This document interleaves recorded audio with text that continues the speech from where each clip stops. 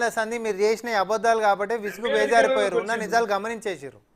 10 ఏళ్ల సంధి వీళ్ళు చెప్పినటువంటి కాకమ్మ కథలు పచ్చి అబద్ధాలు ప్రజలు నమ్మిరు కాబట్టి వీళ్ళకి 2 సార్లు అధికారంకి ఇచ్చి 10 సంవత్సరాల పీఠం మీద కూర్చోబెడితే ఇక అబద్ధాలు చాలరా నాయన మనం నిజాలకు తెలుసుకోవాల్సినటువంటి అవసరం ఉందని చెప్పి వీళ్ళిద్దరి మధ్యలో ఉంటున్నటువంటి స్నేహబంధం మిత్రబంధము పవిత్ర బంధం ఏదైతే ఉందో అది ఎక్స్పోజ్ అయింది కాబట్టి వాళ్ళ గుణపాఠం చెప్పిరు పక్కకు కూర్చోబెట్టిరు పార్లమెంట్ వరకు వచ్చేసేసరికి అది ఇంకా ఎక్స్పోజ్ అయిపోయేసరికి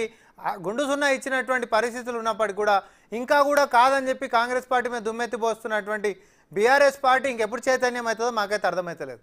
మేము చెప్పేది ఒకటే పార్లమెంట్ అప్పుడు కూడా మీ ఇద్దరు ఒకటి కాకపోతే బీజేపీ స్ట్రాంగ్ క్యాండిడేట్లు ఉంటున్న కాడ కేటీఆర్ కనీసం ప్రచారానికి పోలేదు ఒక సభ కూడా పెట్టలేదు సీట్ల కాడ అడ్జస్ట్మెంట్లు చేసుకురు ఇవన్నీ అబద్ధాలా పివి గారు మనం అప్పటిసంది కూడా చర్చలు మనం చేస్తూనే ఉన్నాం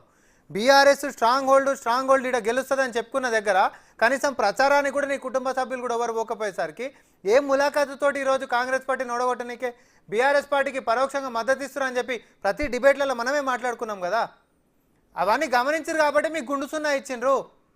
మీరు ప్రతిపక్ష హోదా అసెంబ్లీ దాంట్లో ఇచ్చిన కానీ రవీంద్రరావు గారు చెప్పేది ఆర్గ్యుమెంటు 2 కూటములు మేము ఏ కూటములు లేకపోవడం ఇర్రెలవెంట్ అయిపోయినాం పార్లమెంట్ ఎన్నికల్లోకి మేము ఇర్రెలవెంట్ అయింది బీఆర్ఎస్ పార్టీ అందుకని ప్రజలు మమ్మల్ని ఆ రకమైన డిపాజిట్లు రాకుండా కనీసం డిపాజిట్లు రాకుండా లేకుండా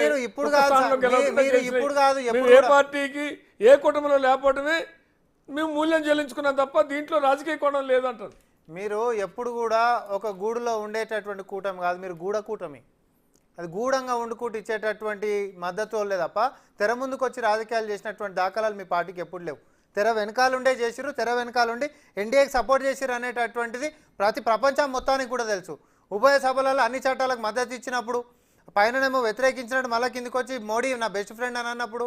తర్వాత మోడీ గారు చేస్తున్నటువంటి మొత్తం డిమానిటైజేషన్ అయినా లేకపోతే రైతులకు సంబంధించినటువంటి వ్యవహారం అయినా అన్ని బ్రహ్మాండంగా పోతుంది దేశం ముందుకన్నా అన్నట్టు అదే ఎన్నికలు రాగానే మాత్రం మోడీ మొత్తం దేశాన్ని చిదిమేసేస్తుండు అది చేసేస్తుండు మళ్ళీ ఎన్నికలు అయిపోయిన తర్వాత మళ్ళీ యూటర్న్ ఇవన్నీ డ్రామాలు చూసిరు కాబట్టి ప్రజలు బేస్కి బేజారిరు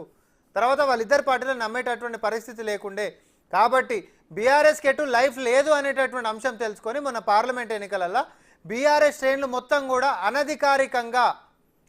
అనధికారికమైనటువంటి ఆదేశాలతోటి